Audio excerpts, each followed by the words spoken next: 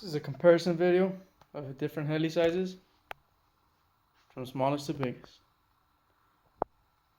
I don't have all my helis here, just the ones that I normally fly. First up we have the Align 700X DFC, the E model electric. And then we have the coming down to a Fusion 480 stretched to a 550. Next to that we have the Fusion 360 Smart version with the original version 1 landing gear, and I also upgraded the tail to the all aluminum tail. We have the 330S Smart. This is the latest version. It has been upgraded with the micro heli frame. It's got the E-Flight 450 motor, micro heli tail. We have the Fusion 270,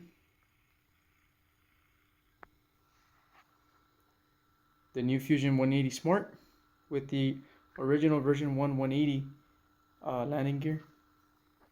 We have the Infusion 180. It's got the Raycon upgrade frame kit, swash, and tail. And then we have the Blade 150S, the newest version. It's got some micro heli blades, and it's got the new Fusion 180 main head. It's a DFC with the Fusion 180 tail fin. And then over here we have a older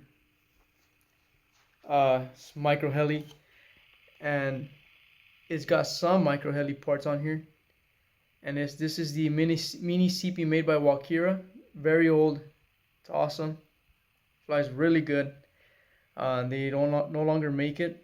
I have like tons of parts for this though. So this was one of my first helis, and from here I progressed from there all the way to up there. Here we have all the helis with the canopies off. Starting with the Walkera, the mini CP. It's a brushless setup. It's got that nice optimized geometry servo setup. You know, it's the blades. It kind of seems like they took from this design, and it works very well, and it's awesome. This thing is very stable. Very easy to fly, even without the stability modes. And then here up next we have the new Blade 150S. This is without the canopy. It's got a, I don't dig the three bladed tail the way it looks. I put a OMP M2 tail on here. It works fine. Works the same as a 3-blade tail. Didn't affect anything.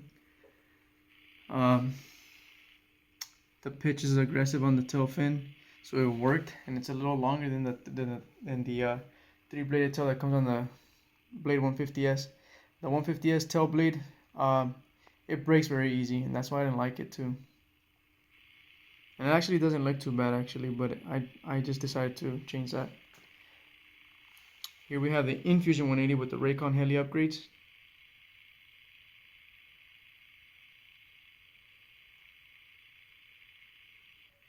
I put a boom over the original boom from the Fusion 180 to make it look more stout. And it also has an M2 tail blade.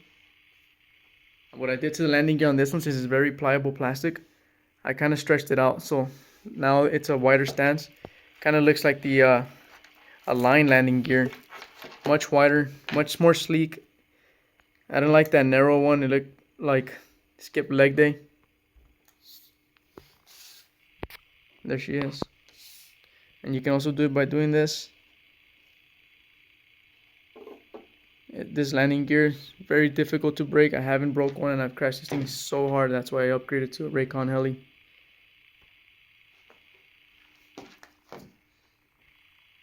There she is. And here's the Blade Fusion 180 Smart. This is the smart version. Only thing is that this one has the original landing gear from the version 1 Fusion 180. I have three of these, including first one is the original one, the V1, and I have two 180 Smarts. This one's brand new. There it is. Here we have the Blade 270 Find and Fly kit. I practically changed one thing on this one, and that was just the flight controller. Original one caused tip overs. I didn't like that. Put a 6250HX, and yes, I do mount the remote receiver, serial receiver on top of the flight bar that's controlling it. It hasn't caused anything yet, and I don't think it will. It doesn't transfer vibrations or anything, and anyways, all the signals is transferred through the remote serial data receiver anyways. Shouldn't affect anything on the flight wireless control unit. And it gives you access to the bind button. So, and the reason I also put it there is because when I switch from my IX12 to my DX8, it just makes it easier. So there she is. It's the Fusion 270. Here, I'll probably pull it out.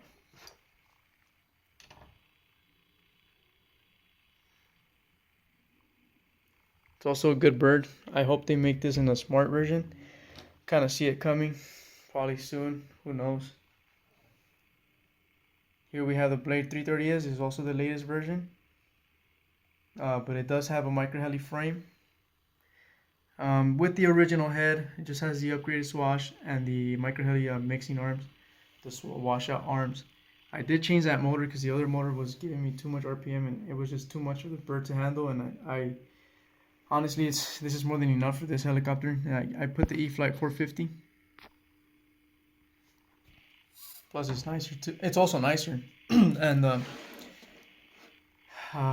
change the fins and the stabulator, whatever this is called, this fin, I forgot the name, to black. And this is actually coming off from a Walkera D03 helicopter. These fins, and they work just fine. It's the same design, and it's got the micro heli tail housing with Fusion 360 blades. This one flies great. Here we have the Fusion 360. This one's brand new. I do have a second one. I just crashed. That's the one that I daily, and that's my daily bird and my daily flyer. This is brand new. I only buy a second new one just so that I can have I use that as a reference point for like warranty purposes when they tell me that something's normal and I have something to compare it to. And it does have the original V1 360 landing gear with the upgraded, well, I don't consider an upgrade, but from what it was plastic, guess you can call it that. I mean, they downgraded with this by going plastic, but I just went back to aluminum.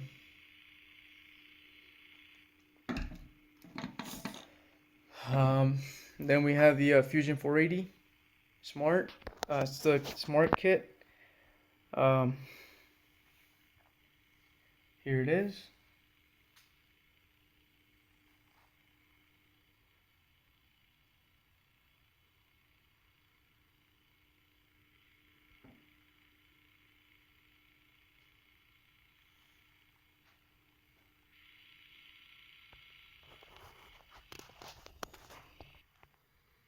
Then we have an Align 700E DFC model. This is my oldest helicopter in the fleet, along with the Walkera Mini CP. But it's the newest addition to my fleet. I just purchased this in 2022 off eBay for $500. Of course, just the frame. I put everything. I put the motor from a 700 blade. It's brand new. 6250 Avion 120 amp 12 volt, and then the smart packs. So it's a Align Smart, I guess, the smart heli now. Full telemetry, and it has all the stability modes. Flies just like all of these. except the Walkera. If you can fly this 150, you can fly the line, and you'll find that the bigger the heli, the more easier it is to fly, more stable, more presence in the air. It feels like you're more in control. It's more predictable to say. What I mean by that is, since it's so big, you can kind of see every movement that you're doing, um, and you can. It's not. It never gets away from you. Is what I'm trying to kind of explain. With the little ones, when I do quick movements or any type of maneuvers, it gets away from me pretty quick. Can't really keep up with it, and it doesn't really teach me more. I actually learn more on my big ones, and then I do it on my little ones. And sometimes when I want to learn something on the big one, I'll vice versa, try it on the little one, and then I'll try it on the big one. I mean, it goes hand to hand. I mean, it just depends how you feel, I guess. Some days I feel like trying things, some days I feel like I can't, and that's just the way it is. But here they are again.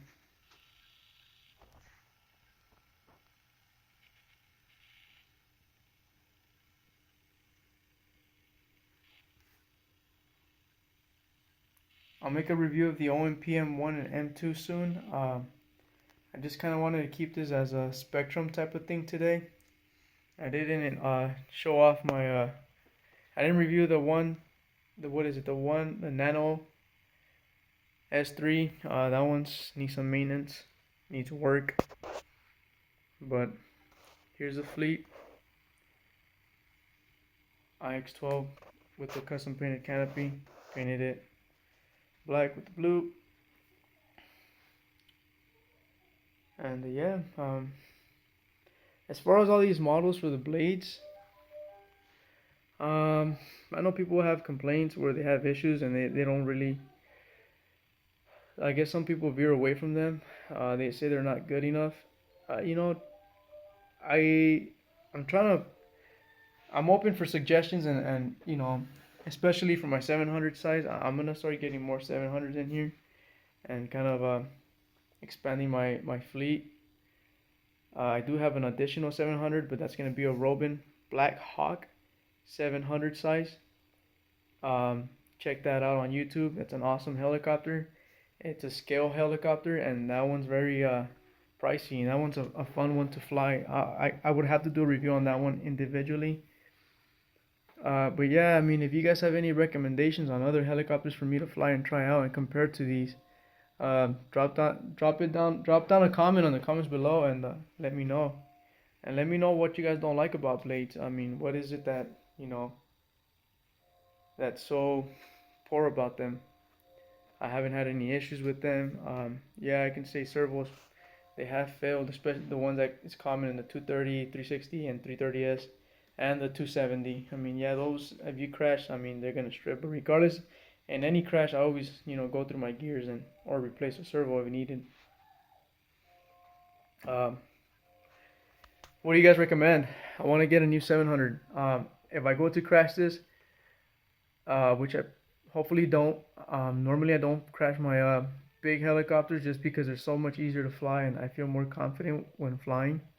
And I don't push myself too hard with these. Take it easy as I go with progressing with my flight skills. But if you guys have one recommendation, what do you guys recommend? Should I get a Saab Puma? Should I get a Saab 700 Raw? Or the Tron 7.0, which is the one I've been looking at for a while. I know that parts availability for the Tron is a little difficult right now in the US because it's a new bird, and then I'm sure that'll change soon. Or should I wait and wait for the new Align TB70, which is short for tail belted 700? Yeah, that one's coming out soon. And what do you guys think? I mean, I never really had many.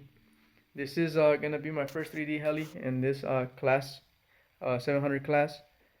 But let me know what you guys recommend, and thank you so much for watching this video. Hope you liked it, and happy flying and safe flying too.